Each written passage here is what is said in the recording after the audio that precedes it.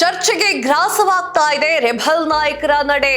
ಯತ್ನಾಳ್ ಬಿಜೆಪಿಯ ಪರವಾಗಿ ಪ್ರಚಾರವನ್ನು ಮಾಡ್ತಾ ಇದ್ದಾರೆ. ಯತ್ನಾಳ್ಗೆ ಬಿಜೆಪಿ ಅನಿವಾರ್ಯವೋ ಅಥವಾ ಬಿಜೆಪಿಗೆ ಯತ್ನಾಳ್ ಅಗತ್ಯವೋ ಅಂತ ಗೊತ್ತಾಗ್ತಾ ಇಲ್ಲ.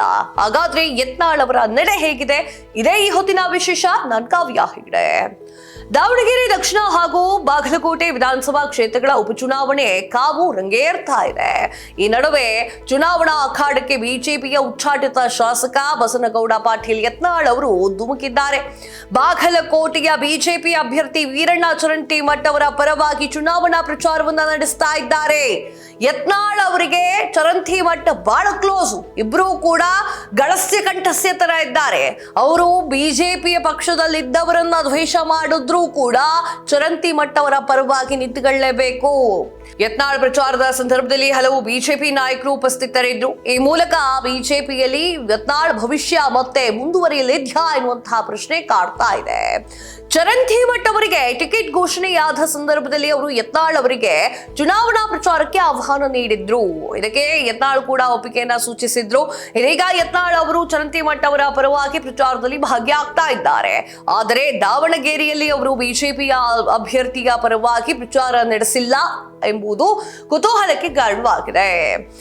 ಬಿಎಸ್ವೈ ಗ್ರೀನ್ ಸಿಗ್ನಲ್ ಯತ್ನಾಳ್ ಪ್ರಚಾರದ ವಿಚಾರವಾಗಿ ಚರ್ಚೆಗಳು ಜಾಸ್ತಿ ನಡೀತಾ ಇದೆ.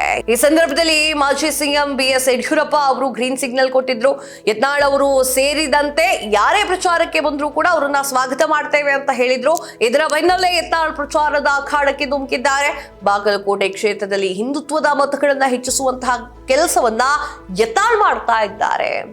ಯತ್ನಾಳ್ ಬಿಜೆಪಿಯಲ್ಲಿ ಕೂತ್ಕೊಂಡು ಆರಾಮಾಗಿ ಟೀ ಕುಡ್ಕೊಂಡು ಕಾಫಿ ಕುಡ್ಕೊಂಡು ಪ್ರಚಾರವನ್ನು ಮಾಡ್ತಾ ಇರೋದು ನೋಡಿದ್ರೆ ಮುಂದಿನ ಸೂಚನೆ ಏನು ಅಂತ ಹೇಳಿ ಪ್ರಶ್ನೆ ಹುಟ್ಟುಕೊಳ್ಳುತ್ತೆ. ಯತ್ನಾಳ್ ಅವರು ಬಿಜೆಪಿಯ ಕೆಲವು ನಾಯಕರ ಬಗ್ಗೆ ನಿರಂತರ ಆರೋಪವನ್ನ ಮಾಡ್ಕೊಂಡು ಬಂದಿದ್ದಾರೆ. ಆ ಕಾರಣಕ್ಕೆ ಅವರನ್ನ ಉಚ್ಚಾಟನೆ ಮಾಡಲಾಗಿತ್ತು. ಬಿಎಸ್ ಯಡಿಯೂರಪ್ಪ ಮತ್ತು ಯಡಿಯೂರಪ್ಪ ಅವರ ಕುಟುಂಬದ ಬಗ್ಗೆ ಕಂಡಲ್ಲಿ ಹೇಳಿಕೆಗಳನ್ನ ಕೊಡ್ತಾ ಇದ್ರು. ಆ ಒಂದು ಕಾರಣಕ್ಕಾಗಿ ಎಷ್ಟೇ ಎಚ್ಚರಿಕೆಯನ್ನ ನೀಡಿದ್ರು ಕೂಡ ಅದನ್ನ ಅಲ್ಲಗೆಳಿತಾ ಇದ್ದಂತಹ ಯತ್ನಾಳ್ ಅವರನ್ನ ಪಕ್ಷದಿಂದ ಕಿತ್ತಬಿಸಾಕಲಾಗಿತ್ತು. ಈ ಹಿನ್ನೆಲೆಯಲ್ಲಿ ಪಕ್ಷದ ನಾಯಕತ್ವ ಯತ್ನಾಳ್ ವಿರುದ್ಧ ಶಿಸ್ತು ಕ್ರಮವನ್ನ ಕೈಗೊಂಡಿತ್ತು. ಹೀಗಿದ್ರೂ ಕೂಡ ಎಂದಿನಂತೆ ಬಿಎಸ್ ಯಡಿಯೂರಪ್ಪ ಮತ್ತು ಅವರ ಕುಟುಂಬದ ಬಗ್ಗೆ ವಾಗ್ದಾಳಿಯನ್ನ ನಡೆಸ್ತಾನೆ ಇದ್ದಾರೆ. ಆದ್ರೆ ಇದೀಗ ಬಾಗಲಕೋಟೆ ಚುನಾವಣಾ ಅಖಾಡಕ್ಕೆ ಅವರು ಧುಮುಕಿದ್ದಾರೆ. ಈ ಮೂಲಕ ಮರಳಿ ಬಿಜೆಪಿಗೆ ಯತ್ನಾಳ್ ಬರುವಂತಹ ಸೂಚನೆ ಇದೆ ಅಂತ ಹೇಳಿ ವಿಶ್ಲೇಷಣೆಯನ್ನ ನೀಡಲಾಗ್ತಾ ಇದೆ. ಆದ್ರೆ ಪಕ್ಷ ಸೇರ್ಪಡೆ ಹೈಕಮಾಂಡ್ಗೆ ಬಿಟ್ಟಿರುವಂತಹ ವಿಚಾರ ಅಂತ ಹೇಳಿ ಯತ್ನಾಳ್ ಹೇಳಿಕೆಯನ್ನ ಕೊಟ್ಟರು. ಈಗ ನಾವು ಯೋಚನೆ ಮಾಡಬೇಕಾಗಿದ್ದು ಯತ್ನಾಳ್ಗೆ ಬಿಜೆಪಿ ಅನಿವಾರ್ಯವೋ ಅಥವಾ ಬಿಜೆಪಿಗೆ ಯತ್ನಾಳ್ ಅವರ ಅವಶ್ಯಕತೆ ಇದೆಯೋ ಅಂತ.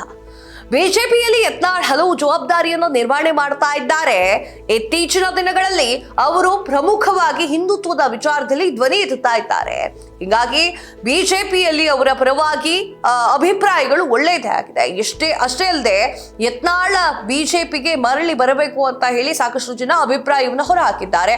ಆದರೆ ಬಿಎಸ್ವೈ ಕುಟುಂಬ ಮತ್ತು ಆಪ್ತರು ಯತ್ನಾಳ್ ಅವರ ವಿರುದ್ಧ ವಾಗ್ದಾಳಿಯನ್ನ ಮಾಡ್ತಾಲೇ ಇದ್ದಾರೆ. ಇನ್ನೊಂದು ಕಡೆಯಲ್ಲಿ ಬಿಜೆಪಿಯಿಂದ ದೂರ ನಿಂತರೆ ಯತ್ನಾಳ್ ಅದು ಹಿನ್ನಡೆ ಆಗುತ್ತೆ. ವಿಧಾನಸಭೆ ಚುನಾವಣೆಯ ಸಂದರ್ಭದಲ್ಲೂ ಅವರು ಬಿಜೆಪಿಗೆ ಸೇರ್ಪಡೆ ಆಗಲೇಬೇಕಾಗಿದೆ. ಇಲ್ಲಾಂದ್ರೆ ಅದು ಅವರ ರಾಜಕೀಯ ಹಿನ್ನಡೆ ಅಂತ ಹೇಳಬಹುದು. ಹೀಗಾಗಿ ಯತ್ನಾಳ್ಗೂ ಬಿಜೆಪಿ ಅನಿವಾರ್ಯ ಇದೆ, ಬಿಜೆಪಿಗೂ ಕೂಡ ಯತ್ನಾಳ್ ಅನಿವಾರ್ಯ ಇದೆ. ಒಟ್ಟಾಗೆ ಹೇಳಬೇಕು ಅಂತಂದ್ರೆ ಈ ಯತ್ನಾಳ್ ವಿಚಾರವಾಗಿ ಬಿಜೆಪಿ ಹೈಕಮಾಂಡ್ ಮುಂದೆ ಏನು ತೀರ್ಮಾನವನ್ನ ಕೈಗೊಳ್ಳುತ್ತೆ ಅನ್ನೋದು ಸದ್ಯದ ಕುತೂಹಲ. ಮುಂದೆ ಕಾದ್ ನೋಡ್ಬೇಕು. ಪಕ್ಷದಲ್ಲಿರುವಂತಹ ಆಂತರಿಕ ಅಸಮಾಧಾನಗಳನ್ನ ಬಗೆಹರಿಸಿ ಸಮಸ್ಯೆಯನ್ನ ಯಾವ ರೀತಿಯಲ್ಲಿ ಇತ್ಯರ್ಥ ಮಾಡ್ಕೊಂಡು ಹೋಗ್ತಾರೆ ಅನ್ನೋದನ್ನ ಕಾದ್ ನೋಡ್ಬೇಕಾಗಿದೆ. ನಿಮಗೇನ್ ಅನ್ಸುತ್ತೆ? ಯತ್ನಾಳ್ ಅವರು ಮತ್ತೆ ಬಿಜೆಪಿಗೆ ಕರ್ಕೊಳ್ತಾರಾ? ಕಮೆಂಟ್ ಮಾಡಿ ತಿಳಿಸಿ. ಇದಾಗಿತ್ತು ಇವತ್ತಿನ ವಿಶೇಷ. ಮತ್ತಷ್ಟು ಸುದ್ದಿಗಳಿಗಾಗಿ ನೋಡ್ತಾ ಇರಿ ಸ್ಪೀಡ್ ನ್ಯೂಸ್. ಸುದ್ದಿ ನಿಮ್ಮದು, ವೇಗ ನಮ್ಮದು.